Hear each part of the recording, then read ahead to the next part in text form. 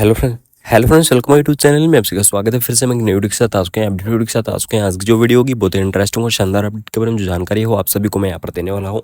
आप सभी के लिए फिर से सेंटर की तरफ से जो वैकेंसी है वो आपको दी गई है, यानी कि आपको स्टाफ नर्स के वैकेंसीज के बारे में यहाँ पर कंप्लीटली जो जानकारी है वो आप सभी को यहाँ पर मैं प्रोवाइड करवाने वाला हूँ, जिसकी आपकी सैलरी रहेगी 38,000 के आसपास। आपकी यहाँ पर जो स्टाफ नर्स की सैलरी है वो आपको देखने को मिल जाएगी। इसी के साथ साथ आपको मेडिकल ऑफिसर, फार्मासिस्ट, काफ़ी सारी जो वैकेंसियाँ हैं वो दी गई हैं। तो वैकेंसीज के बारे में कंप्लीटली जो जानकारी है वो इस वीडियो के अंदर प्रोवाइड करवाऊंगा। तो सभी साथियों से निवेदन है वीडियो को ज़्यादा से ज़्यादा शेयर करें, साथ ही साथ ज़्यादा से ज़्यादा लाइक करके जाएं, ठीक है। तो बिना देरी के वीडियो को स्टार्ट करते हैं और आप सभी को वैकेंसीज के बारे में कंप्लीटली जो इन्फॉर्मेशन है वो मैं यहाँ पर आपको प्रोवाइड करवाने वाला हूँ।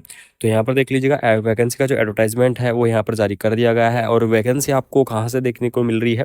All India institute of the Ayurveda, यानी कि AIIA न्यू दिल्ली की तरफ से जो वैकेंसी है वो आपको यहाँ पर दी गई है, ठीक है। सबसे पहले इसके अंदर देख लीजिए, पोस्ट दिया गया है, एसेंशियल क्वालिफिकेशन एक्सपीरियंस दिया गया है, एज यहाँ पर दी गई है, और साथ में आपको जो सैलरी कितनी रहेगी वो वैकेंसीज के बारे में सैलरी भी आपको यहाँ पर प्रोवाइड की गई है, ठीक है।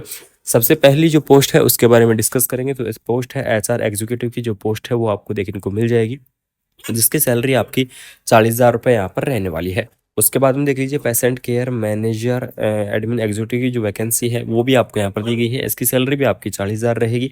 उसके बाद HR कंसल्टेंट की वैकेंसी दी गई है। इसकी सैलरी आपकी 1,50,000 रुपये रहने वाली है, यानी कि इसकी सैलरी आपकी बहुत ही अच्छी खासी रहेगी।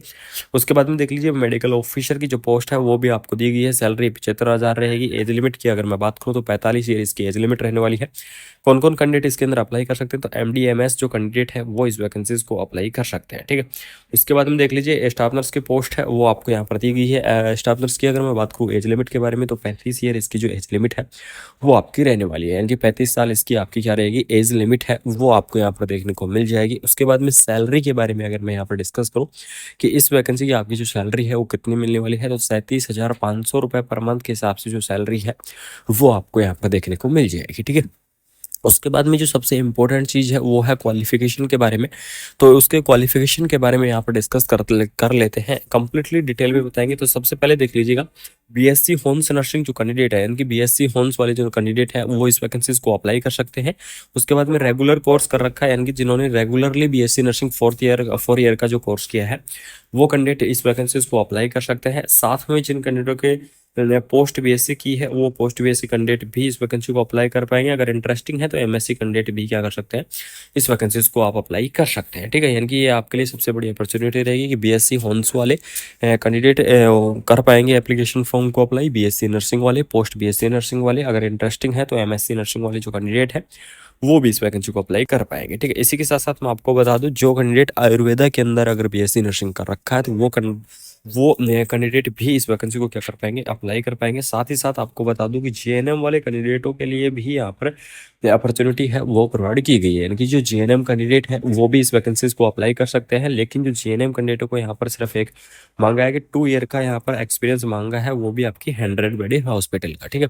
यानी कि जो GNM कैंडिडेट है वो वैकेंसी को तो अप्लाई कर सकते हैं, लेकिन 100 बेडेड हॉस्पिटल का 2 ईयर का उन कैंडिडेटों को यहाँ पर जो एक्सपीरियंस है उसकी आवश्यकता पड़ेगी, तो ही आप क्या कर पाएंगे, वैकेंसी को अप्लाई कर पाएंगे। उसके बाद में देख लीजिए, अगर आपने डिप्लोमा कर रखा है आयुर्वेदा के अंदर, ठीक है, यानी अगर 2.5 साल का आपने आयुर्वेदा के अंदर डिप्लोमा कर रखा है तो भी आप क्या कर सकते हैं, इस वैकेंसी को अप्लाई कर सकते हैं। उसके बाद हम देख लीजिए, वार्ड अटेंडेंट की पोस्ट है, सैनिटरी इंस्पेक्टर की पोस्ट है, ठीक है, ऑडियोलॉजिस्ट की पोस्ट है, ऑप्थेल्मिक टेक्नीशियन की पोस्ट है। इस प्रकार से काफ़ी सारी जो पोस्ट है वो आपको यहाँ पर दी गई है। साथ में देख लीजिएगा, फार्माकचुअल केमिस्ट की भी पोस्ट आपको यहाँ पर प्रोवाइड की गई है। बात करेंगे कहाँ से आपको एप्लीकेशन फॉर्म को अप्लाई करना है, कौन सी ऑफिशियल वेबसाइट से जो एप्लीकेशन फॉर्म है वो आपके अप्लाई होंगे। तो यहाँ पर देख लीजिए, सिर्फ और सिर्फ आपके ऑनलाइन मोड ही यहाँ पर जो मान्य है वो होने वाले हैं, यानी कि सिर्फ आपको इसकी ऑफिशियल वेबसाइट से ही आप इस एप्लीकेशन फॉर्म को भर पाएंगे। और ऑफिशियल वेबसाइट कौन सी रहने वाली है? www.becil.com क्या है, इसकी ऑफिशियल वेबसाइट है, जो कि AIIA न्यू दिल्ली के जो एप्लीकेशन फॉर्म है वो BECIL की जो एप्लीकेशन फॉर्म है उससे आप और